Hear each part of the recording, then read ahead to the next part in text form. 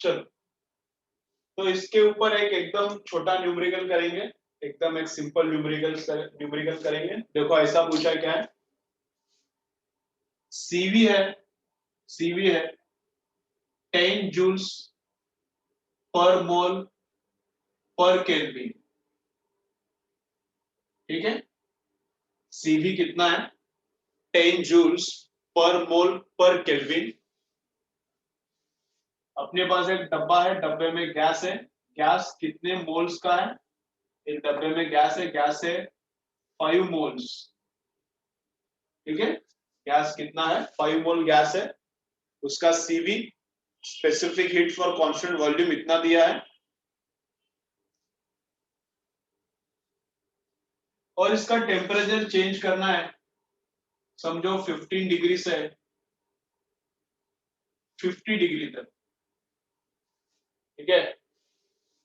एक अपना close system है, गैस 5 मोल्स का है, सीवी दिया है, टेम्परेचर इतना चेंज करना है, तो we have to find out heat required. इसको कितना हीट देना पड़ेगा, नीचे फ्लेम लगाया, फ्लेम लगा के इसको हीट दिया, तो इसको कितना हीट देना पड़ेगा so that temperature increases from 15 to 50। तो Q का फॉर्मूला क्या है, कितना हीट देना पड़ेगा, तो Q का फॉर्मूला क्या है, कांस्टेंट वॉल्यूम पे, डब्बा फिक्स है ना, डब्बे का वॉल्यूम फिक्स है, तो इसको कितना भी हीट करो डब्बा तो एक्सपांड नहीं करेगा, तो इसलिए अंदर का जो गैस है उसका भी वॉल्यूम फिक्स है, तो फिक्स वॉल्यूम पे काम हो रहा है तो ये वाला फॉर्मूला लगेगा, अगर फिक्स प्रेशर पे हो रहा है तो ये लगेगा, ठीक है। तो म्यू सीवी डेल्टा टी एकदम सिंपल सिंपल है, कुछ भी नहीं रहता इसमें। तो म्यू कितना मोल्स है अपने पास, 5 मोल्स है, सीवी कितना है तो 10 है, और टेम्परेचर चेंज कितना हो, 50 माइनस 15 तो 35 का होगा, तो मल्टीप्लाई करने का हो गया, इतना ही रहता है। तो क्यू किस में आएगा, ये जूल में था तो जूल में आ गया, ये मोल कैंसिल हो गया, और एक केल्विन है और डिग्री में टेम्परेचर डाला तो चलता है, ये पर केल्विन है एंड इधर डिग्री में टेम्परेचर डाला तो चलता है, क्योंकि क्या होता है, पर केल्विन एंड पर डिग्री सेम रहता है, केल्विन पर केल्विन एंड पर डिग्री सेम रहता है, ठीक है ना। टेम्परेचर डिफरेंस अगर है, टेम्परेचर डिफरेंस अगर पुट करना है इक्वेशन में, अगर टेम्परेचर डिफरेंस पुट करना है तो केल्विन में भी डिफरेंस डाला या फिर डिग्री में भी डिफरेंस डाला तो सेम ही रहता है ना। टेम्परेचर डिफरेंस है तो केल्विन में भी डाला या फिर डिग्री में भी डाला तो क्या रहता है, सेम ही रहता है, तो चलता है, किस में भी डालो चलता है। तो वैल्यूज पुट किया, कैलकुलेट करने के बाद निकलेगा क्यू, कांस्टेंट वॉल्यूम पे कितना हीट लगेगा, ये समझ रहेगा। देखो टेम्परेचर डिफरेंस केल्विन में भी डाला तो भी उतना ही रहता है, डिग्री में भी डाला तो भी उतना है, लेकिन अगर टेम्परेचर है तो अलग रहता है, केल्विन में टेम्परेचर अलग रहता है, डिग्री में अलग रहता है, डिग्री में 0 है तो केल्विन में 273 रहता है, लेकिन डिफरेंस डिग्री में भी उतना ही, केल्विन में भी उतना है डिफरेंस, तो डिफरेंस डिग्री में डाला तो चलता है, ठीक है। चलो, सबको ही ब्लर दिख रहा है, कह रहे हैं वीडियो कैसा है, क्लियर है क्या, वीडियो ऑडियो क्लियर है क्या।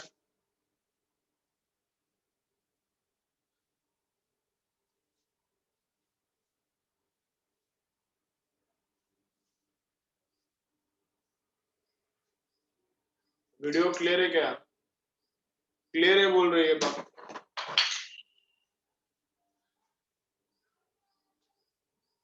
बाकी लोगों को क्लियर है, वैष्णवी उत्कर्ष क्लियर हो गया क्या, नहीं है सब, बाकी सबको क्लियर है।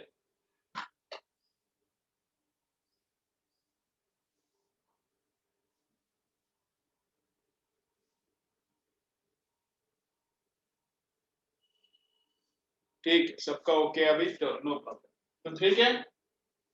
चलो चलो, तो हीट, चलो वापस में बोल रहा हूँ, बहुत इंपॉर्टेंट कंसेप्ट है, इधर ही पूरा ऑलमोस्ट चैप्टर 60-70% चैप्टर इधर ही खत्म होता है।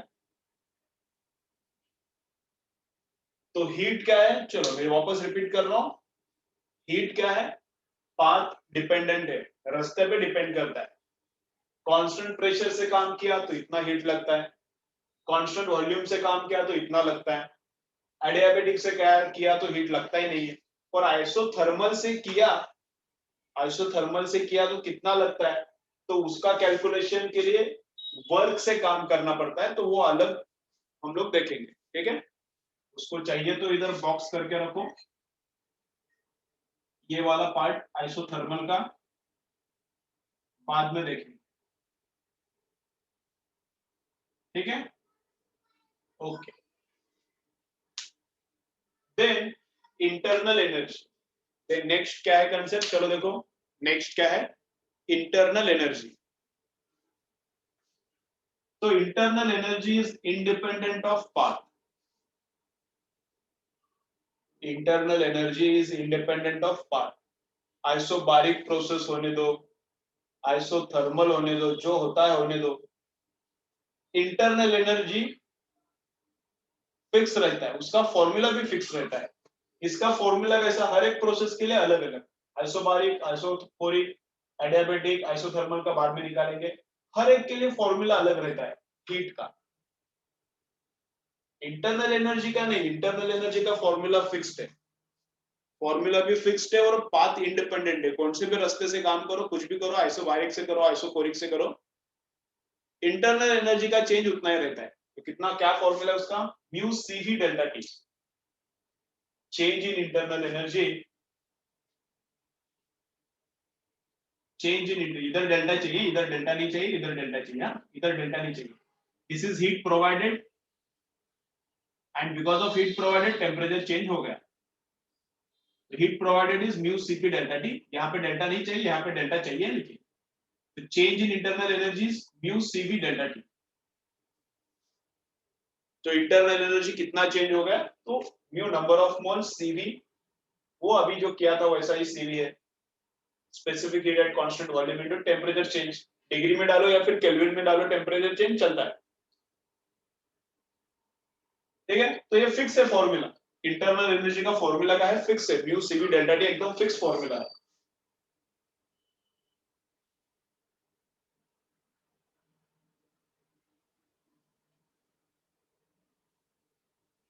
फॉर्मूला फिक्स है, ठीक है। सीवी कितना रहता है,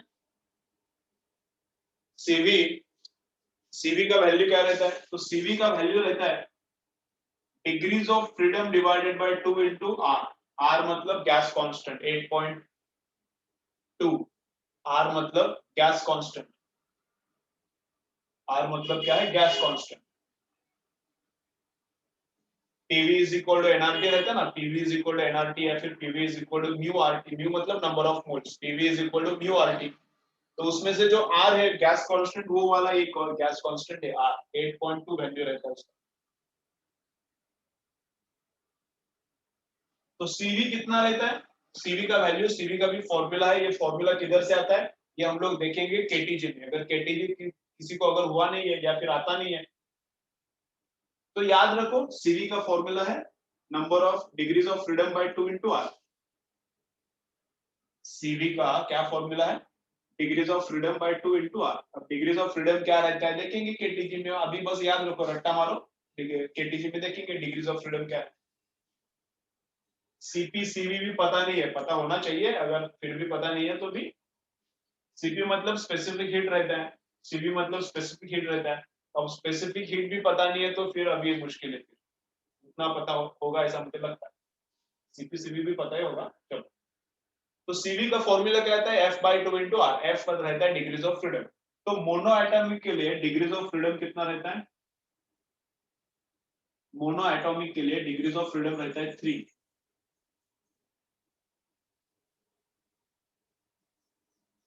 एंड डायटोमिक के लिए डिग्रीज ऑफ फ्रीडम कितना रहता है 5। ये रट्टा मार के रखने का, ये किधर से आया केटीजी में देखेंगे, इसका थोड़ा सा डेरिवेशन, थोड़ा सा एक्सप्लेनेशन है उधर, अभी बस रट्टा मार। तो सीवी का फॉर्मूला है, सीवी का फॉर्मूला क्या है, F by two into R. CV का फॉर्मूला क्या है, F by two into R. F कितना है, तो अगर मोनो एटॉमिक है, मोनो एटॉमिक मतलब हेलियम है, आर्गन है, मोनो एटॉमिक गैस है, सिंगल एटम है, मोनो एटॉमिक गैस है, तो उसका सीवी का वैल्यू कितना आएगा, फिक्स है, 3/2 इंटू आर। मोनोएटॉमिक के लिए एफ का वैल्यू 3 है, तो 3/2 इंटू आर। हेलियम है, आर्गन है, तो वैल्यू क्या है 3/2 इंटू आर।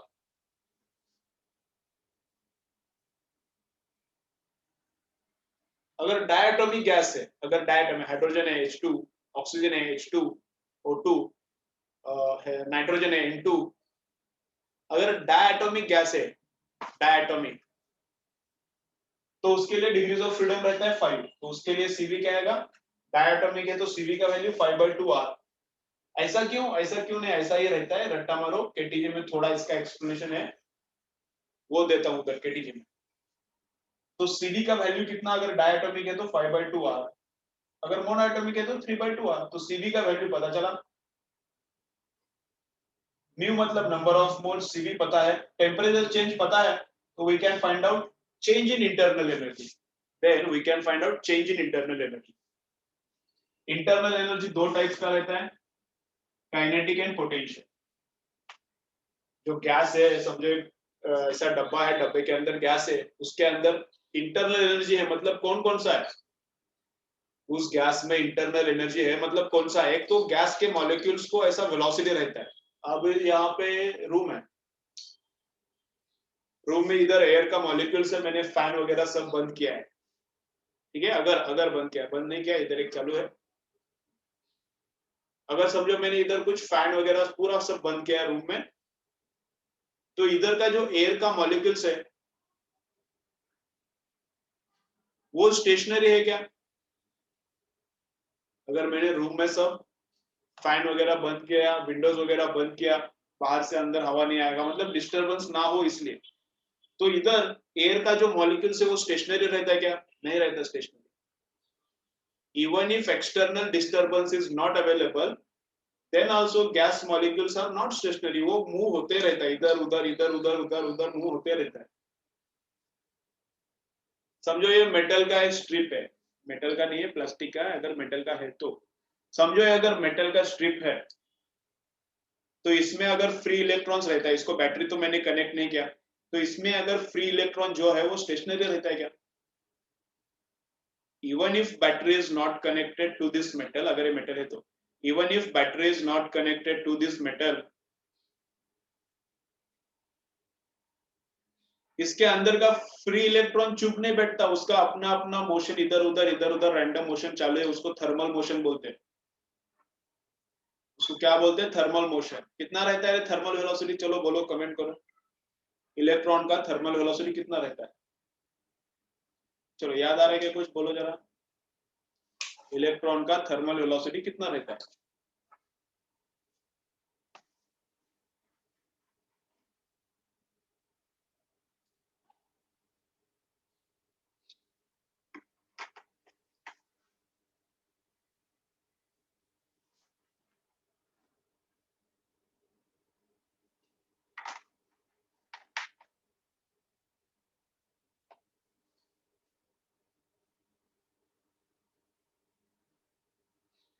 चलो बोलो, 3 आंसर्स आया है, उसमें से 2 करेक्ट लग रहा है। इलेक्ट्रॉन का थर्मल वेलोसिटी रहता है 10⁵ मीटर पर सेकेंड रहता है। इलेक्ट्रॉन का थर्मल वेलोसिटी 10⁵ रहता है, 4 नहीं रहता। उत्कर्ष आप परफेक्ट रट्टा चाहिए, जितना भी अपना अभी अब तक चैप्टर हुआ है, छोटा मोटा थ्योरी रहता है, परफेक्ट रट्टा चाहिए, थोड़ा बहुत भी इधर उधर नहीं चाहिए। ड्रिफ्ट वेलोसिटी रहता है 10⁻⁻⁴, ड्रिफ्ट वेलोसिटी रहता है 10⁻⁻⁴ मीटर पर सेकेंड, थर्मल रहता है 10⁵ मीटर पर सेकेंड। 10⁻⁷ सेंटीमीटर में रहता होगा, मीटर में नहीं, मीटर में 10⁵। यानी 10⁵ करो, 10⁵। एक आध बार न्यूमेरिकल में 10⁵ के आसपास का लिखना पड़ता है, एनसीईआरटी में वैल्यू लेकिन 10⁵ है। एक आध बार क्वेश्चन में कभी कभी 10⁴ देता है आंसर, अगर 5 नहीं है तो, लेकिन एनसीईआरटी में 10⁵ है, 10⁻⁻⁴ ड्रिफ्ट का। तो वैसे फ्री इलेक्ट्रॉन्स चुप नहीं बैठता, वो घूमते रहता है, फ्री इलेक्ट्रॉन्स चुप नहीं बैठता, अगर बैटरी नहीं भी लगाए तो भी फ्री इलेक्ट्रॉन्स का मोशन मेटल के अंदर चलते रहता है। तो that velocity of electrons is called thermal velocity, ठीक है।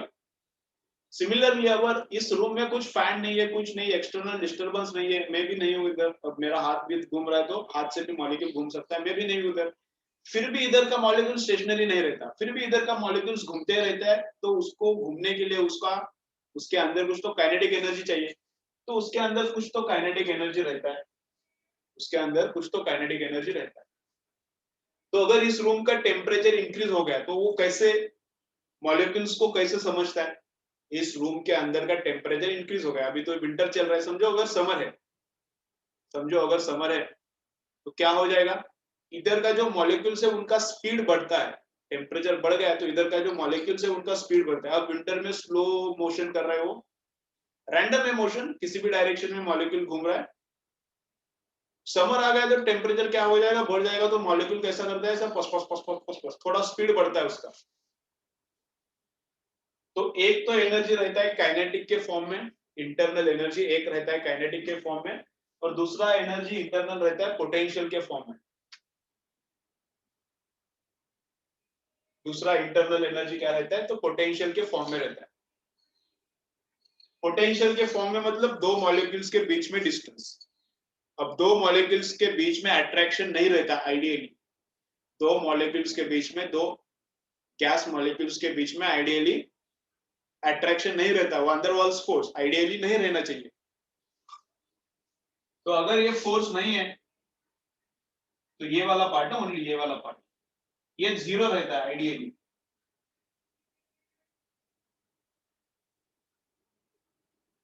आइडियली ये वाला इंटरनल एनर्जी पोटेंशियल के फॉर्म में नहीं रहता, इंटरनल एनर्जी बस काइनेटिक के फॉर्म में रहता है ideally. Internal energy potential energy के फॉर्म में नहीं रहता। पोटेंशियल एनर्जी कब आता है, जब मॉलिक्यूल्स के बीच में अट्रैक्शन हो, तो मॉलिक्यूल्स के बीच में अट्रैक्शन है, ठीक है, इनके बीच का मैंने डिस्टेंस बढ़ाया तो पोटेंशियल एनर्जी इनका बढ़ता है, इनके बीच में डिस्टेंस और बढ़ाया तो इनका पोटेंशियल एनर्जी और बढ़ता है, इनके बीच का डिस्टेंस कम किया, अट्रैक्शन में डिस्टेंस कम किया तो एनर्जी, अट्रैक्शन में डिस्टेंस कम किया तो एनर्जी डिक्रीजेस, डिस्टेंस बढ़ाया तो एनर्जी इंक्रीजेस। अर्थ है एंड अर्थ पे ये पेन है, ग्रेविटेशन कल के पेपर के लिए रिवाइज किया था ना, अर्थ है एंड अर्थ के पास है पेन है, तो अब पेन का पोटेंशियल एनर्जी निगेटिव रहता है, अब पेन का पोटेंशियल एनर्जी निगेटिव रहता है। अब पेन इनफाइनाइट डिस्टेंस पे जाएगा, समझो अगर पेन इनफाइनाइट डिस्टेंस पे जाएगा तो इसका एनर्जी क्या होता है, जीरो होता है, निगेटिव है, अब निगेटिव है इसका, इनफाइनाइट डिस्टेंस पे जाने के बाद इसका एनर्जी जीरो होता है, मतलब बढ़ता है, तो डिस्टेंस बढ़ता है तो पोटेंशियल एनर्जी भी बढ़ता है, तो डिस्टेंस बढ़ता है तो क्या होता है, पोटेंशियल एनर्जी आल्सो इंक्रीजेस, अगर अट्रैक्शन है तो, ठीक है। वो लिखने का क्या, इधर बीच में काम का है, for attraction distance increases, potential energy increases. अगर अट्रैक्शन है तो क्या है, अट्रैक्शन है तो डिस्टेंस अगर मॉलिक्यूल्स के बीच में बढ़ गया तो पोटेंशियल एनर्जी भी बढ़ता है, ठीक है, ओके।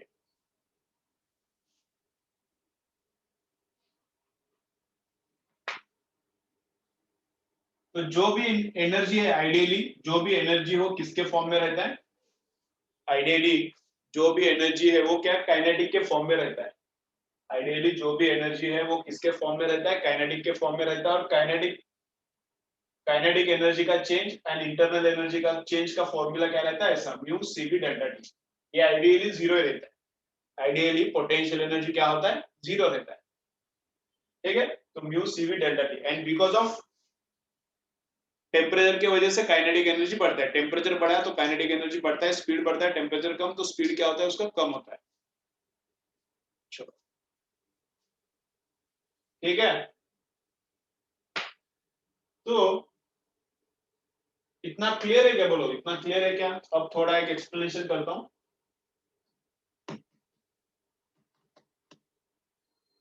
इतना क्लियर है क्या, बोलो एक बार। चलो चलो कमेंट करके बोलो इतना क्लियर है क्या, बस हीट एंड इंटरनल एनर्जी, इतना क्लियर है क्या, चलो चलो बोलो फटाफट।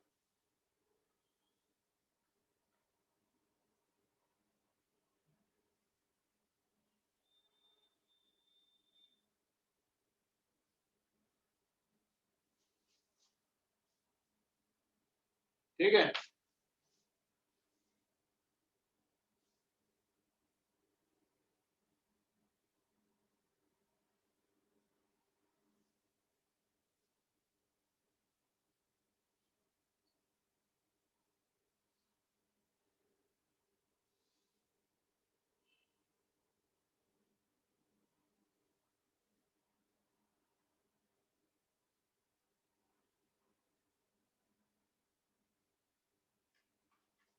ठीक है। तो ये वाला पार्ट आइडियल जीरो क्या है, ये और मैं एक बार रिपीट करता हूँ। तो क्या है, देखो देखो अभी क्या है, तो वापस एक बार फटाफट में रिवाइज करता हूँ, बहुत ज्यादा इंपॉर्टेंट पार्ट है ये, एक बार क्लियर हो गया तो ऑलमोस्ट चैप्टर क्लियर हो जाता है, तो इसलिए इस पे थोड़ा ज्यादा टाइम देंगे। देखो क्या बोल रहा है कृष्णा,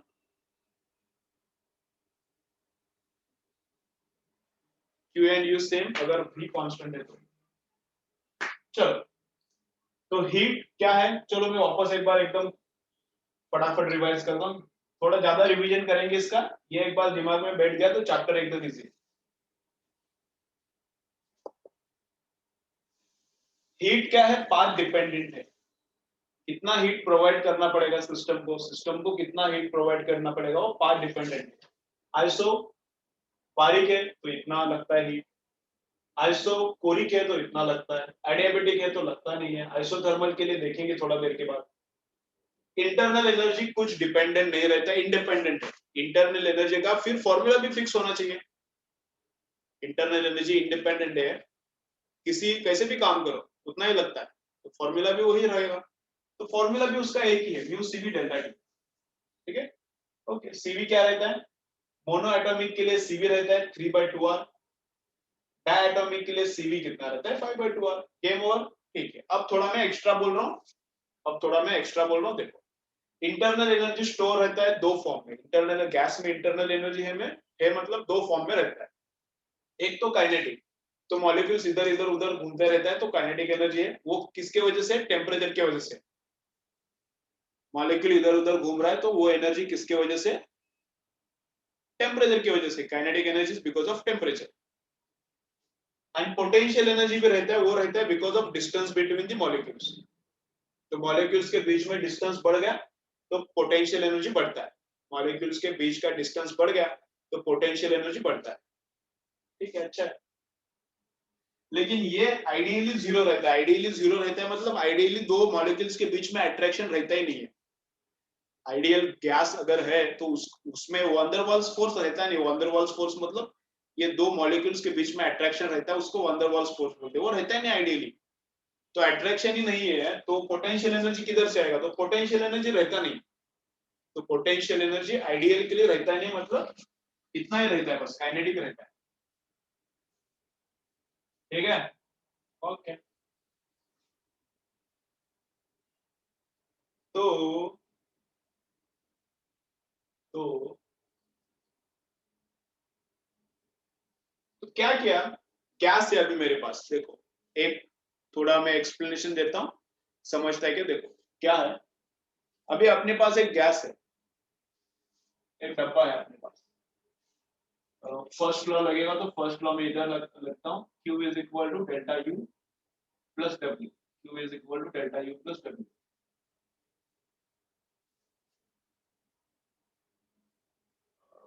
क्या है उसमें वर्क भी लगने वाला है, अभी जो एक्सपांशन का बताने वाला उसमें वर्क लगने वाला है, तो वो थोड़ा बाद में बता दूं, ये होने तो पहले एकदम ही पहले वर्क देखेंगे फिर उसके बाद में बोलता हूँ। ठीक है, तो heat clear, internal energy energy clear, अब देखेंगे वर्क। अब नेक्स्ट क्या देखने वाले हैं, वर्क।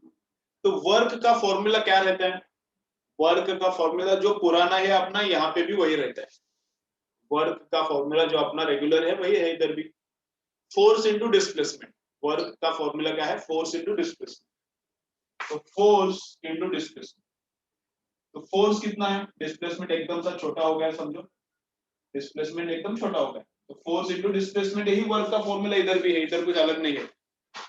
लेकिन फोर्स कितना है, प्रेशर इंटू एरिया, तो प्रेशर इंटू एरिया ये है फोर्स, इंटू डिस्प्लेसमेंट ये है वर्क। तो एरिया इंटू डिस्प्लेसमेंट क्या है, एरिया इंटू डिस्प्लेसमेंट क्या है, ये वॉल्यूम रहता है। एरिया समझो अगर ये सिलेंडर है ऐसा, इधर पिस्टन है, तो ये एक्सपांड हो गया, समझो अंदर का गैस एक्सपांड हो गया तो ये ऊपर चला गया, ये पिस्टन इधर तक आ गया, इधर इधर का पिस्टन इधर का, तो ये डिस्प्लेसमेंट इंटू ये एरिया इंटू ये डिस्प्लेसमेंट किया तो ये क्या आता है, वॉल्यूम आता है। तो एरिया इंटू डिस्प्लेसमेंट मतलब वॉल्यूम आता है। तो फोर्स इंटू डिस्प्लेसमेंट को ही चेंज करके पीडीवी आता है, फोर्स इंटू डिस्प्लेसमेंट को ही थोड़ा सा चेंज करके क्या आता है, पीडीवी आता है। तो वर्क डन का फॉर्मूला क्या रहता है, PdV, pressure into small change in volume from initial volume to final volume, ये रहता है अपना वर्क डन का फॉर्मूला। वर्क डन का फॉर्मूला फोर्स इंटू डिस्प्लेसमेंट से आता है, क्या आता है, pressure into small change in volume. तो पीडीवी का इंटीग्रेशन वी इनिशियल से वी फाइनल, ये रहता है वर्क डन।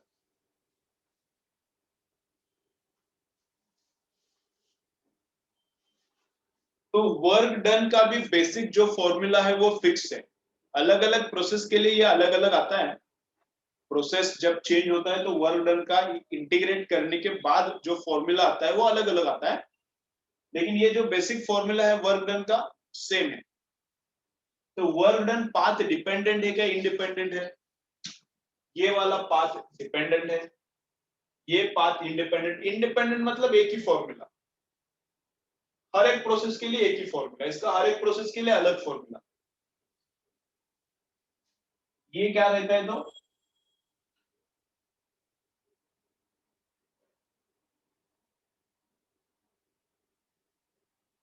वर्क रहता है पाथ डिपेंडेंट, वर्क क्या रहता है, पाथ डिपेंडेंट। इसका फॉर्मूला फिक्स है, लेकिन इसको इंटीग्रेट करने के बाद आइसोबारिक के लिए अलग फॉर्मूला होता है, अगर आइसोकोरिक प्रोसेस है तो यही फॉर्मूला इंटीग्रेट करने के बाद थोड़ा अलग होता है, आइसोथर्मल में अलग होता है, आइडियाबेटिक में अलग होता है। तो वर्क डन का बेसिक फॉर्मूला सेम है, लेकिन इंटीग्रेशन के बाद अलग अलग आता है, अलग अलग प्रोसेसेस के लिए। तो work done is path dependent, work done क्या है, पाथ डिपेंडेंट है, पाथ पे फॉर्मूला चेंज होता है, बेसिक सेम है लेकिन इंटीग्रेशन के बाद हर एक का अलग अलग फॉर्मूला आता है, ठीक है। तो पीडीवी मतलब क्या रहता है, ये इंटीग्रेशन का मतलब क्या है, इंटीग्रेशन का मतलब क्या है, ये इंटीग्रेशन का मतलब है, इस इंटीग्रेशन का मतलब क्या है, एरिया अंडर पीवी ग्राफ, ये इंटीग्रेशन का मतलब क्या है, एरिया अंडर पीवी ग्राफ। तो वर्क डन मतलब क्या रहता है, area under the graph, work done मतलब क्या रहता है, area under the graph, area under which graph, P versus V graph. Work done मतलब रहता है, वर्क डन मतलब रहता है area under the graph, area under which graph, P versus V graph. तो समझो अगर ऐसा है, ऐसा है, ये प्रेशर वर्सेस वॉल्यूम का मैंने ग्राफ ड्रॉ किया,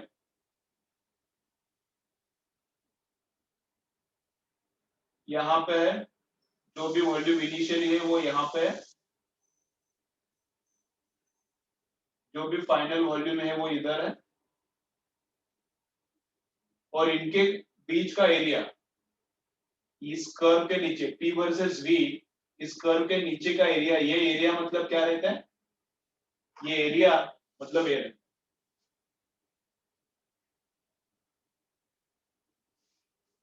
ये integration PdV V initial to V final मतलब V initial and V final के बीच में जो एरिया है वो मतलब ये इंटीग्रेशन रहता है। तो वर्क डन क्या रहता है, area under PV graph, work done क्या रहता है, area under PV graph.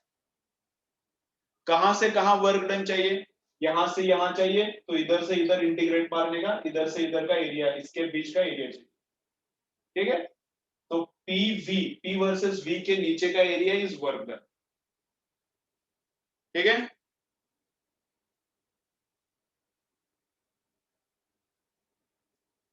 Mechanics में पाथ रहता है नहीं ना, मैकेनिक्स में वर्क इंडिपेंडेंट रहता है बोल रही हो। मैकेनिक्स में वर्क उधर आइसोबारिक वगैरह प्रोसेस नहीं रहता ना, वो अलग ही रहता है ना मैकेनिक्स में। आइसोबारिक आइसोकोरिक अगर अलग अलग टाइप से वर्क किया तो अलग अलग वर्क होता है, ऐसा। मैकेनिक्स का वर्क में आइसोबारिक आइसोकोरिक किधर रहता है?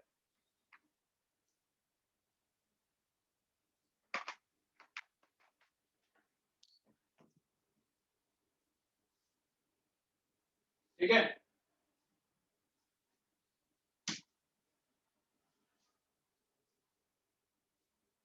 अगर एक्सपांशन होता है, चलो अभी थोड़ा ये हेवी लग सकता है, थोड़ा ये हेवी लग सकता है, लेकिन एक बार ये फिक्स हो गया दिमाग में तो सब इजी है। थोड़ा थोड़ा हेवी लग सकता है,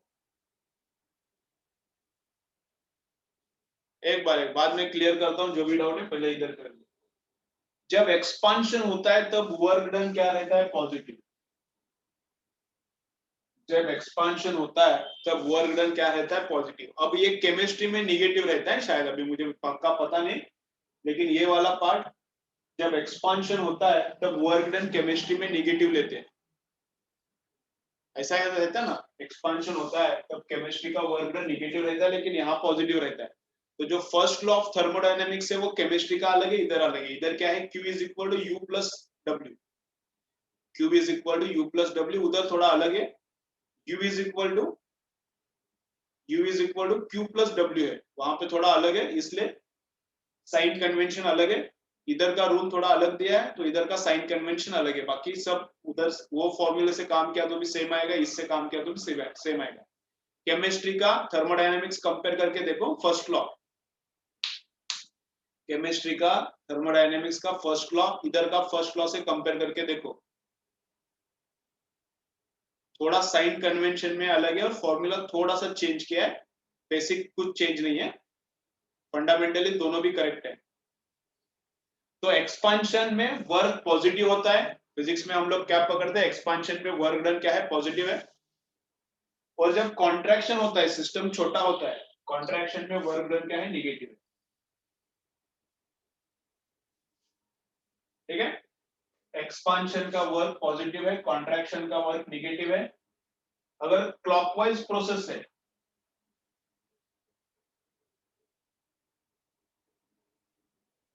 अगर साइक्लिक प्रोसेस में, साइक्लिक मतलब बता दो बाद में, थोड़ा अभी बस रट्टा मार के रखो, साइक्लिक प्रोसेस बता दो, एक बार ही सब बताऊंगा तो थोड़ा कंफ्यूज हो जाएगा।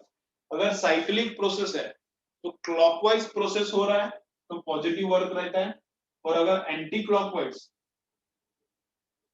क्लॉकवाइज वर्क हो रहा है, एंटी क्लॉकवाइज अगर जा रहा है प्रोसेस है तो निगेटिव वर्क, ठीक है। चलो तो इसका एक बार स्क्रीनशॉट मारो, इसका अभी रोको मैं हटता हूँ फिर मारो, इसका एक बार स्क्रीनशॉट मारो, बस एक बार ये फिक्स करो फिर आगे का देखेंगे। चलो एक बार ये फिक्स करो, आगे का देखेंगे। स्क्रीनशॉट मारो, एक बार रीड करो, स्क्रीनशॉट मारो और जितना यहाँ पे लिखा है मैंने एक बार रीड करो। ब्रेक के बाद क्या करता हूँ, ये एक बार मैं रिवाइज करता हूँ, स्क्रीनशॉट मारो। ब्रेक के बाद ये एक बार मैं रिवाइज करता हूँ,